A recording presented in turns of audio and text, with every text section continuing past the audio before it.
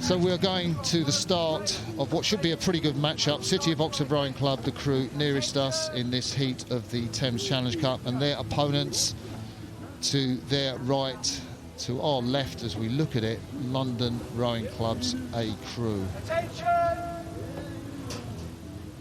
Go! Well, both crews cleanly away, and we've got two women steering these two men's Club 8s here. Alex Martin for City of Oxford on the right of our picture, and Heather Scott on the left.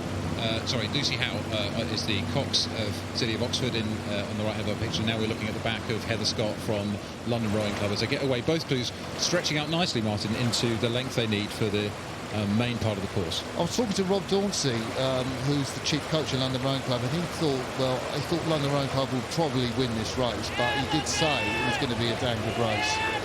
Yeah, and it looks like it's shaping up that way right now. As you can see, City of Oxford really trying to spin it along to stay up with London Rowing Club, who seem to have got a slightly faster start on the far side here. And London Rowing Club had a really great race, probably the race of the day early on against the men from New Zealand, Aramoho Wanganui, and they just managed to win that by millimetres. There's the City of Oxford crew, the stroke of that boat, Alex Martin, ex-Brooks boy. Yeah, and I was just talking actually about the cox there, Lucy Howe, and she started coxing the University of Oxford men's squad just under a year ago. Really proud to have been coxing here, though, because her granddad coxed for Great Britain in the 1952 Olympics. That would have been Helsinki? You probably remember better than me, Martin, but it's great to see that heritage carried down. And you know, some of the skills you need as a cox to motivate the crew, she's going to be needing them right now as London are starting to slip away, slip out of the corner of the eyes of the guys in the stern of the Oxford boat, and that makes it a bit harder. Yeah, that's Alex Martin there in the stroke seat. Behind him, Jasper Elliott, just 21 years of age, and then Will Mahoney in the sixth seat. So City of Oxford here, you can see the determination on their faces to hang on to London. London are starting to ease out again even further. Nice, relaxed, calm face there. That is Shane Ahern at the stroke. Making the boat for his first Henley Regatta. 7 months of the season on the Watt bike. It's a key machine for people who've got back problems that I know well, and it's a great sign that he's strong enough to be in this boat. As the umpire warns London to move across onto their station, just moving a bit too far to the middle of the course here. I'll tell you what, 7 months on a Watt bike, you ought to get a medal for that, because if you're there to row, to spend 7 months on a Watt bike. Well, it's hard not to be in the boat and not training on the water with the other athletes, and a key seat like stroke is somebody you pick because of their quality, their technique, their rhythm and their raciness. So all credit to him for having to be in the stroke seat and in a commanding position now as they come through the middle of the course. Looking very strong in the London crew on the right of our picture.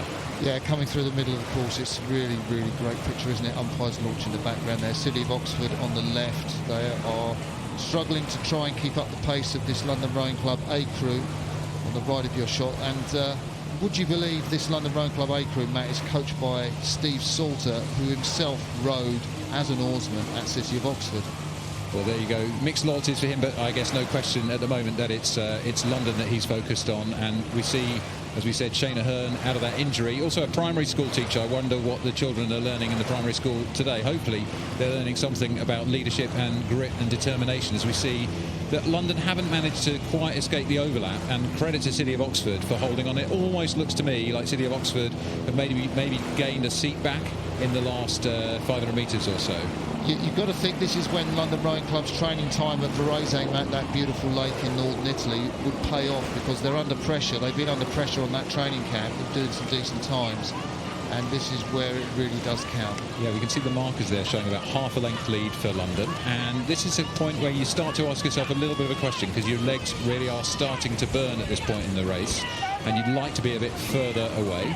The cox there is being worn. That's the Kiwi, Heather Scott, sitting in the cox's seat, 27 years of age, should have lots of experience here with the London guys. It's probably just a little bit of gamesmanship pushing across, but I think in the boat, I'd rather just feel that I'm straight and able to do the job. And credit City of Oxford again, they seem to have taken another seat, possibly 2 seats on London, proving the middle of the race to be quite a tough one. Yeah, it is, and I think City of Oxford are my favourites now to take this race, Matt, because they've got momentum, and that's a prize quality in sport, and we can see the powerful men in the middle of that boat, Will Mahoney, Will Cunningham and John Story. really just egging each stroke on, just nice and comfortable, head down. Yeah, look at Will Mahoney in the 6th seat there without the shades on. He started his rowing in offshore rowing, the British Rowing Championships in 2018. He raced the Coxmen double offshore, so real grit. This is a much calmer setting for him. He's not knocked out at all, is he? Not at all. But look at them, they're now looking like they're in their rhythm, actually, City of Oxford. You can see they're working hard, but they've also got loose shoulders, putting it on quite nicely and keeping London under pressure. So, London Rowing Club, the men in blue with the white singlets on underneath, and City of Oxford really edging close and close and close to them. Oh, this is great, isn't it? Look at It's them around 2 metres for London Rowing Club, and we are going to be treated to an amazing finish. I look down the course, there's still plenty of water left for City of Oxford to come back through. Probably about 250, 300 metres to go, and plenty of time for an upset to occur in this race.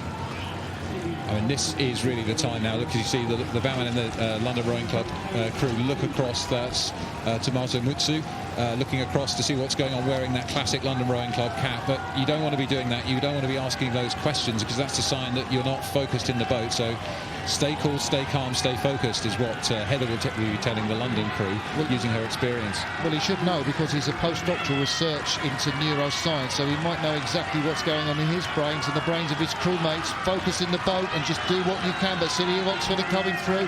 Have they hit the front? There's a look across from their bowman, Tom Broomfield, just checking whether he's in the course. Keep your eyes in the boat, Tom.